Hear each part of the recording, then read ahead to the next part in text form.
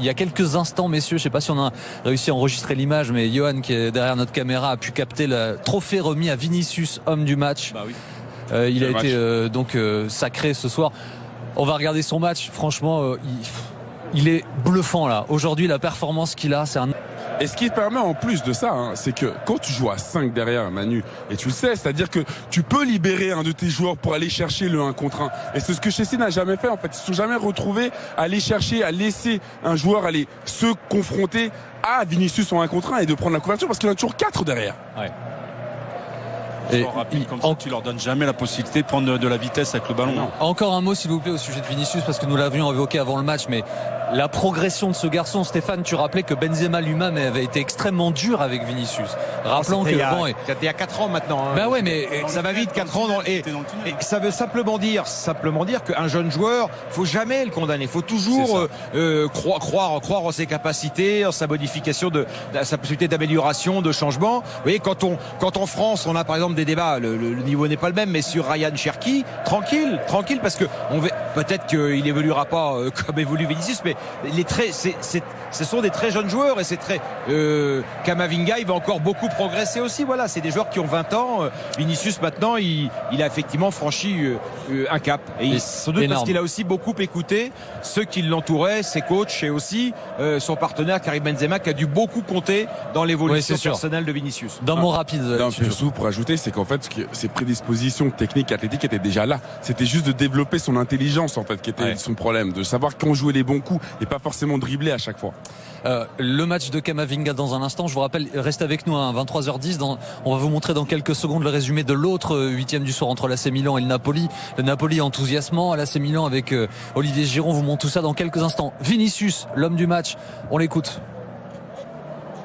Claro.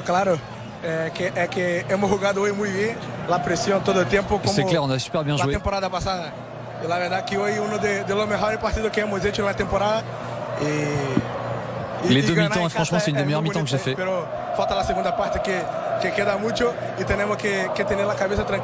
Un match comme ça à domicile, c'est génial. J'ai adoré la deuxième mi-temps qu'on a fait.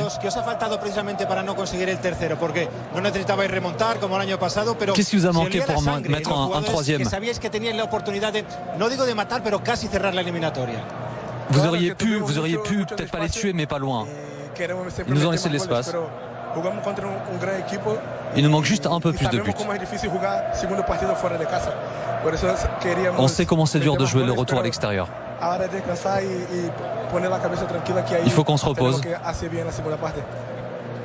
Et il faudra qu'on soit bon sur le match retour. Voilà ce que dit Vinicius Junior, qui est lucide en plus. C'est vrai qu'il leur manque peut-être ce troisième but qui aurait... peut-être régler les affaires définitivement. On verra ça évidemment à Londres au match retour. Le match de Camavinga, alors évidemment il nous a accordé un entretien exclusif avant le match. On a beaucoup parlé de sa maturité, de son aspect solaire, de son sourire, du fait qu'il se mettait à disposition du collectif. On va regarder la camisole RMC Sport sur la performance d'Eduardo Camavinga. Tu l'as trouvé comment? Les rares fois où il avait la possibilité d'avoir un joueur en 1 contre 1, il s'est toujours très bien débrouillé. Mais moi ce que j'aimais, c'est qu'il ne s'est pas simplement contenté de rester sur son côté. Il a amené aussi son apport au milieu de terrain, un peu comme font un petit peu les latéraux du côté de Manchester City. C'est-à-dire que ça aussi, ça a répondu à une problématique qu'ont imposé Chelsea en début de match sur les 15 premières minutes, où on sentait qu'ils étaient tous positionnés sur la 4 derrière et qu'avec les 2 pointes, j'avais le sentiment que les 2 latéraux du côté de Madrid, ils n'avaient plus personne dans leur zone respective et qu'ils prenaient un petit peu l'eau justement dans la transition à la perte du ballon. Donc là, le fait d'être monté, de sortir un petit peu et de laisser les 2 défenseurs centraux souvent en 1 contre 1 avec Joao et également avec Sterling, ça a permis aussi à Camavinga sur le plan tactique d'être plus intelligent et d'être plus au service du collectif. Manu, tu parles des 20 premières minutes justement. Thibaut Courtois, que l'on va écouter, lui aussi a vécu les choses comme tu les as vues de la tribune. Well, obviously, if you see the first 10-20 minutes, it could have gone either way. Les premières 20 minutes, c'est clair, ils ont fait des bons contres, ils ont été bons, ils ont mis en danger. Mais par la suite, on était meilleurs. On a bien défendu. C'est dommage qu'on n'ait pas pu marquer le deuxième plus tôt, mais bon. On aurait peut-être pu en mettre au cas du coup, mais ça aurait changé de résultat évidemment. Le retour sera très dur, mais là on a fait le boulot. we'll have to start good next week and then hopefully, il va falloir qu'on fasse un bon début de match à Londres pour amener la qualification. Thibaut Courtois, lucide sur l'analyse de son match. C'est vrai qu'ils avaient bien commencé Chelsea, mais bon, derrière c'était compliqué. Chelsea avait pris l'ascendant, c'est vrai, mais c'est que par moment et par vague sur les contres, parce qu'ils n'ont rien proposé d'autre dans le jeu. Il n'y avait rien de bien concret chez Chelsea. Alors justement, on va regarder parce qu'on a les images il y a eu des occasions et tu l'as mentionné, et il y aurait pu en avoir plus. Et pas assez de possibilités de faire des combinaisons. Donc Chelsea a peiné, mais on l'a vu, les seules fois qu'ils ont réussi, c'est parce que c'est de la verticalité sur des contres. On va regarder aussi le match de N'Golo Kanté parce que on attendait beaucoup du retour du Français. Il a plutôt fait un bon match, Manu, Stéphane, N'Golo Kanté. Un peu esselé au milieu de terrain, abandonné par Enzo et par Kovacic. Oui, j'ai trouvé que tant qu'il avait encore 2 buts, Stéphane, Manu. Bon, évidemment, tout est possible dans le foot. Faudrait que Chelsea propose autre chose. En fait, on a eu un feeling étrange. Ils avaient l'air paumés un peu, les joueurs de Lampard. Il faudrait qu'il y ait une métamorphose du cloporte la semaine prochaine à Londres, parce que là ils sont ce qu'ils ont montré ce soir, c'est assez accablant pour une équipe qui a ce standing là, ces moyens là, qui a claqué 600 millions d'euros sur le marché des transferts pour proposer ça sur le terrain. C'est confondant. C'est paradoxal parce que j'avais plutôt bien aimé moi le premier quart d'heure de Chelsea. J'avais trouvé bien en place, qui posait des problèmes notamment sur le plan tactique aujourd'hui au Real Madrid. Ils se sont créés les meilleures occasions au début de match, et après Madrid a pris justement le tempo et a su réajuster certains manques, notamment en étant plus haut, en faisant souvent du 1 contre 1 et en prenant des risques aussi, puisque derrière à chaque fois c'était du marquage individuel sur les 2 pointes de Chelsea. Mais quelque part on a senti qu'ils étaient beaucoup plus sereins sur le plan tactique, mais également sur le plan technique, et ils n'ont jamais su trouver la réponse sur tous les problèmes qu'a pu porter Vinicius dans ce match-là, donc dans la profondeur, mais même dans le mouvement aussi, dans la coordination de mouvement qu'il peut y avoir sur le plan offensif du côté des Real Madrid. Donc effectivement il y a l'espoir peut-être en deuxième période sur le match retour pour Chelsea, mais sincèrement ça fait des semaines qu'il y a une spirale négative, une dynamique négative du côté de Chelsea. Donc ils ont déjà du mal à marquer un but dans un match, alors en marquer 3. 2-0 dans ce contexte, c'est pas mal, Enfin, pour dire les choses vraiment. Ça les maintient en vie, alors qu'ils devraient, logiquement, après la prestation qu'ils ont faite aujourd'hui, ils devraient être éliminés. Et c'est vrai qu'il y a cet espoir-là. Lampard, il a pas gagné des points ce soir, aux yeux de ses propres joueurs, parce qu'on a senti vraiment des joueurs paumés, très très loin de leur niveau. Et Manu, l'attitude de Thiago Silva lorsqu'il fait rentrer Chalobah pour les remettre à 3 derrière. C'est quoi alors le projet? On comprend pas en fait. Avoir un joueur de cette importance qui lève les bras, qui a l'air de pas comprendre ce qui se passe, c'est quand même significatif d'un malaise. Exactement. Il faut faire attention parce que les plus grosses occasions, en tout cas les plus claires, sont quand même celles de Chelsea, parce qu'on parle d'actions, celle de Félix, celle de Sterling qui est dans la zone des 5 mètres, un super arrêt de Courtois.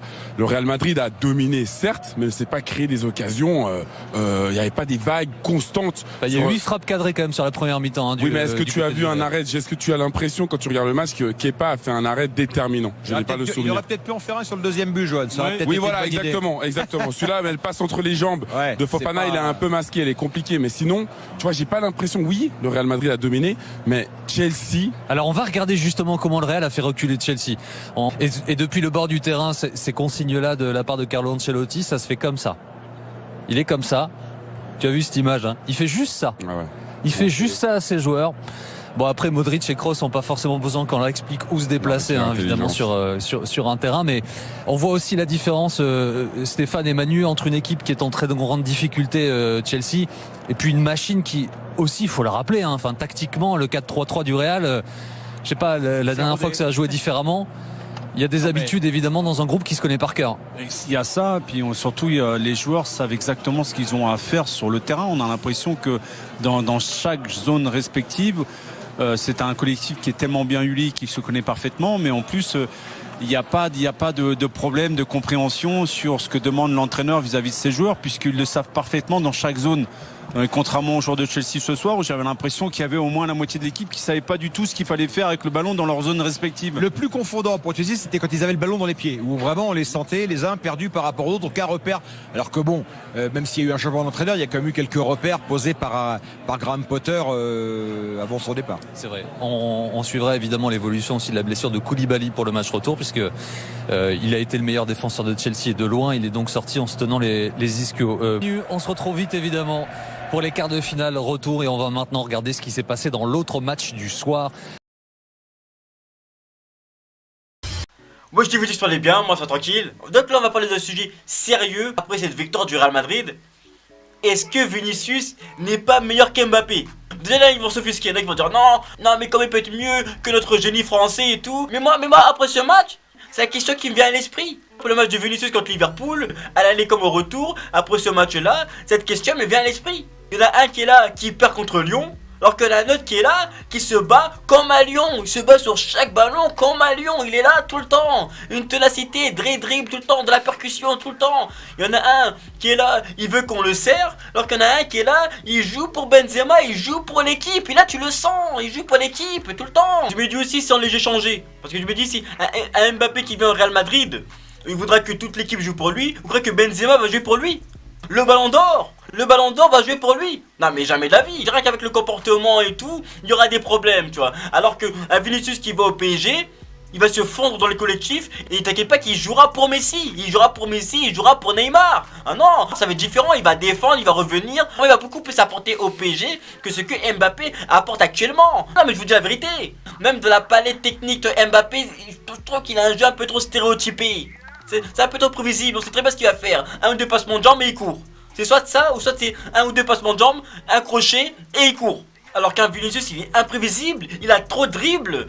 On sent que c'est la samba brésilienne qui parle à travers lui. Quelqu'un a une manette et joue à la PlayStation avec lui. Tellement il a trop de dribble. Il peut jouer là, il peut dribbler là, passement de jambes, il sait tout faire. Il a trop de dribble carrément. Mbappé il est là quand le match est difficile, il peut pas créer le jeu. Il va prendre le jeu à son compte. Alors que même à Ibrahimovic, il pouvait redescendre, créer le jeu, faire des passes au-dessus de la défense et tout. Un Vinicius il peut prendre le ballon, il peut changer le cours du match contre Liverpool. Le 4-2, la révolte, il vient d'un Vinicius. Il prend le ballon, il décroche, il remonte, il dribble, elle vient de lui. Même au retour Real Madrid-Liverpool à la maison, à Bernabeu, celui qui provoque et celui qui fait la passe D à Benzema. Même ce match-là contre Chelsea, il est homme du match qui amène l'action du but de Benzema et celui qui fait la passe D à Asensio. Et moi je vous le dis, Upamecano il aurait eu beaucoup plus de mal à garder Vinicius qu'à garder Mbappé. Upamecano l'a gardé tranquillement, comme s'il était à la garderie, comme si c'était son gamin, il l'a gardé tranquillement. Alors qu'à Vinicius, non, tellement il bouge, tu stresses. Tu dois tout le temps le garder et le regarder, tellement il bouge dans tous les sens. Non, je me dis même en 2 ans, Vinicius, il s'est vraiment amélioré dans tous les comportements. Alors qu'en 2 ans, Mbappé, rien. Le jeu de tête, il n'y a rien. Prendre le jeu à son compte, rien. Le pied gauche, non. Les coups francs, rien. Il est resté sur ses mêmes acquis. Après, je parle pas bien sûr de l'équipe de France et tout. Non, on parle pas de la sélection. Parce qu'en sélection, oui, on parle que du club. Pour moi, en club, je trouve que Vinicius a un plus grand impact. Après, en sélection, c'est autre chose. Tu vois, je dirais même que même à Haaland, actuellement, il est au-dessus d'Mbappé. Ah oui, après en sélection, Haaland il joue avec la Norvège, donc ça va être compliqué pour lui. Mais en club, Haaland, ce qu'il fait, il est au-dessus. Donc, j'aimerais bien avoir votre avis. Est-ce que pour vous, non, Mbappé est au-dessus d'Haaland et au-dessus de Vinicius? Ou non, est-ce qu'il est juste au-dessus de Vinicius? Ou est-ce que Vinicius est au-dessus de Mbappé? Dites-moi ça dans les commentaires. Voilà, j'aimerais bien avoir votre avis et tout. Tu vois, parce que moi, après ce genre de match, je suis obligé de me poser ce genre de questions. Je suis obligé. Je suis obligé. Donc dites-moi comment ça dans les commentaires. Et on se capte plus tard.